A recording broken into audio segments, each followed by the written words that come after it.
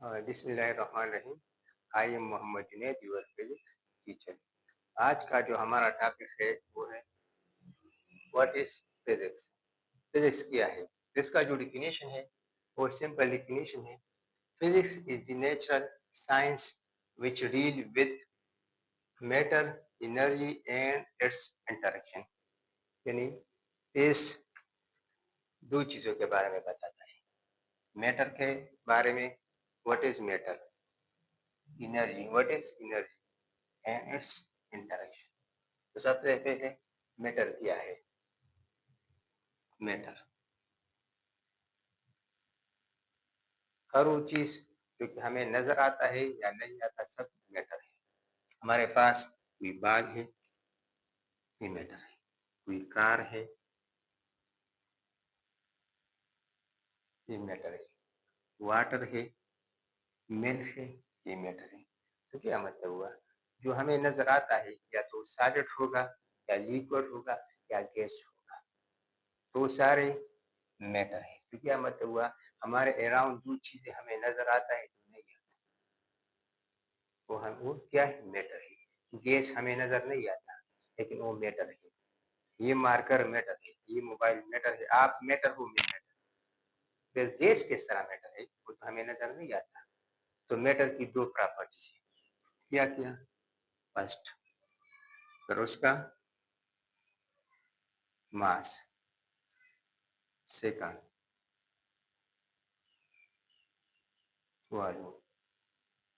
मास किसी का हो, किसी का वॉल्यूम हो, वो मैटर है। अब आप खुद अंदाजा लगाए कि हमारे पास बाल है जिसका मास है, फिर हम तोलते हैं तो इसका कोई मास है, उसने ये जगह, इस स्पेस, ये वॉल्यूम इसका इतना है।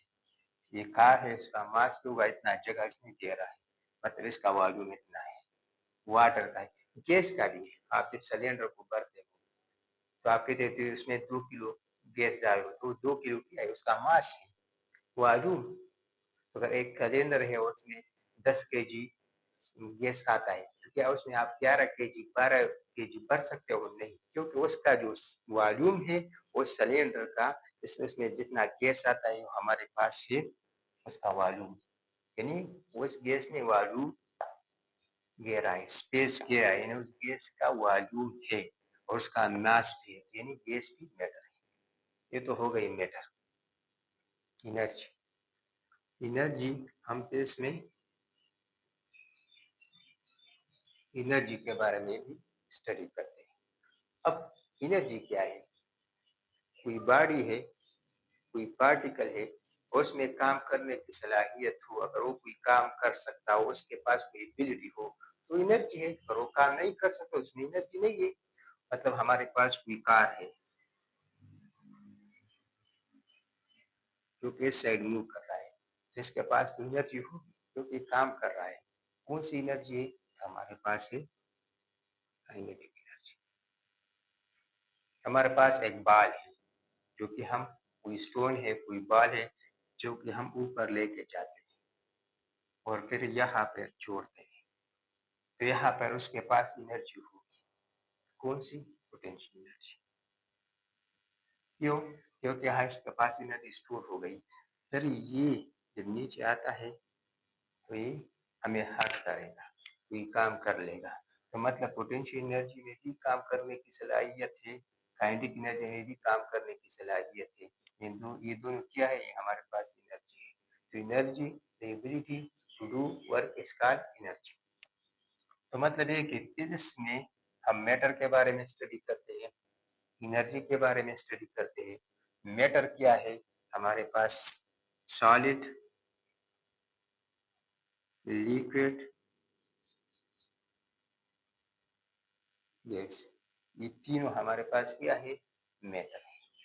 बाल है, कार है, वाटर है, मिल्क है, ये सब हमारे पास मैटर है, क्योंकि इन सब का मास है और इन सब का वॉल्यूम है। तो जिसका कोई मास हो और वॉल्यूम हो, हमारे पास मैटर है। एनर्जी तो हमने पढ़ लिया। अब इंटरेक्शन का क्या मतलब है? असल चीज यही है कि मैटर और एनर्जी का इंटरेक्शन का क्या मतलब है। इंटरेक्शन का मतलब ये है कि हमारे पास ये एनर्जी है और ये हमारे पास मास है। इंटरेक्शन का मतलब ये कि आया एनर्जी और मास एक दूसरे पे डिपेंडेंट है और इंडिपेंडेंट है, एक दूसरे पे इंहिसार करते या नहीं करते। यानी एनर्जी का क्या रिलेशन है मास के साथ और मास का क्या रिलेशन है एनर्जी के साथ, ये भी हम स्टडी करते हैं। अब क्यों स्टडी करते हैं?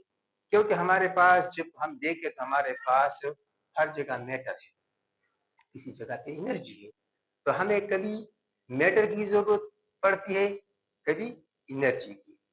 अब हमें जब एनर्जी की जरूरत पड़े और हमारे पास एनर्जी ना हो, मैटर हो, तो हम मैटर से एनर्जी पूरा कर सकते हैं, यानी मैटर से अपने काम चला सकते हैं, उनसे एनर्जी हासिल कर सकते हैं। इसी तरह हमारे पास अगर कहीं पे एनर्जी है और हमें मैटर यानी पार्टिकल, किसी पार्टी की जरूरत है, तो हमें फिर एनर्जी से पार्टिकल को बना सकते हैं। इस तरह हमारे पास एक इक्वेशन है। अब इक्वेशन यही है, E is equal to M C square. ये आइंस्टाइन फेमस इक्वेशन है।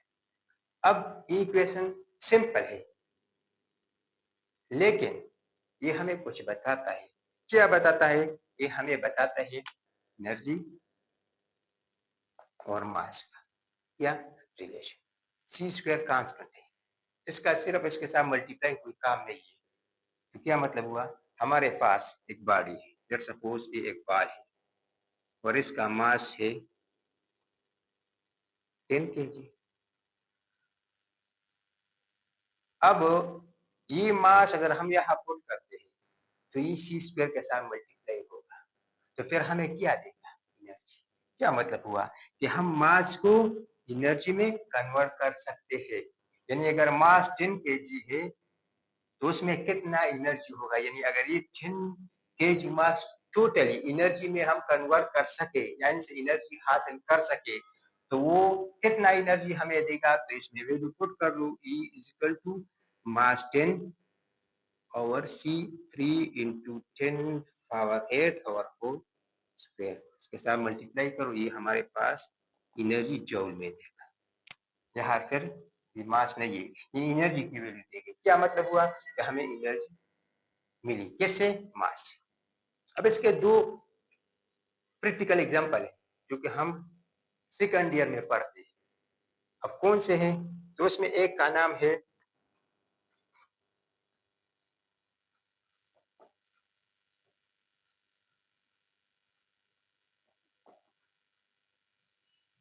एक है पेयर प्रोडक्शन और दूसरा क्या है, दूसरा है पेयर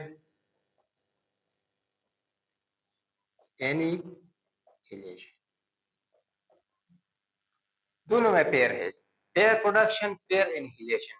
पेयर प्रोडक्शन यानी पेयर का बनना और पेयर एनिहिलेशन यानी पेयर का डिस्ट्रॉय होना, खत्म होना, गायब होना। किस तरह, हमारे पास पेयर प्रोडक्शन में एक फिनोमेना है, इसमें हमारे पास गामा रेस। गामा रेस क्या है, ये हमारे पास है एनर्जी। जब वो किसी एटम के विसिनिटी से ना उसके पास करीब से पास होती है, एक फिनोमेना है पेयर प्रोडक्शन। तो ये हमें रिजल्ट में ये खत्म हो गई एनर्जी, यहाँ पे दो पार्टिकल बन जाते हैं, एक इलेक्ट्रॉन और दूसरा पॉजिट्रॉन। अब इलेक्ट्रॉन क्या है, इलेक्ट्रॉन मैटर है, पार्टिकल है। पॉजिट्रॉन क्या है, मैटर है, पार्टिकल है। तो एनर्जी से क्या बन गई, मैटर, यानी एनर्जी से मास बन गई। इंटरेक्शन यही हमें बताता है कि मैटर और एनर्जी का क्या रिलेशन है। तो रिलेशन है, डायरेक्टली है, हम एनर्जी को कन्वर्ट कर सकते हैं मास में। अब पेयर इनहेलेशन इसका अपोजिट है, यानी मास कन्वर्ट कर सकते हैं एनर्जी में। किस तरह, पेयर इनहेलेशन में हमारे पास एक इलेक्ट्रॉन, दूसरा पॉजिट्रॉन, ये जब आपस में टकराते हैं, आपस में टकराते हैं तो ये रिजल्ट में हमें क्या देगा, हमें देगा एनर्जी। यानी ये दो इलेक्ट्रॉन और पॉजिट्रॉन जब टकराते हैं, कोलाइड करते, स्ट्राइक करते, फिर डिस्ट्रॉय हो जाते, पार्टिकल फिर नहीं रहता, फिर एनर्जी होगा, एनर्जी। यानी मैटर खत्म हो गया। तो मैटर किधर गया? मैटर गया एनर्जी में, यानी मास से एनर्जी बन गई। तो जो इंटरेक्शन है या म्यूचुअल रिलेशनशिप है, इसका मतलब यही है कि मास और एनर्जी का आपस में क्या ताल्लुक है? तो दोनों का आपस में ताल्लुक है और बहुत गहरा ताल्लुक है, एक दूसरे पे डिपेंड करते हैं। मास से एनर्जी बन सकती है, मास एनर्जी में कन्वर्ट हो सकती है और एनर्जी मास में कन्वर्ट हो सकती है।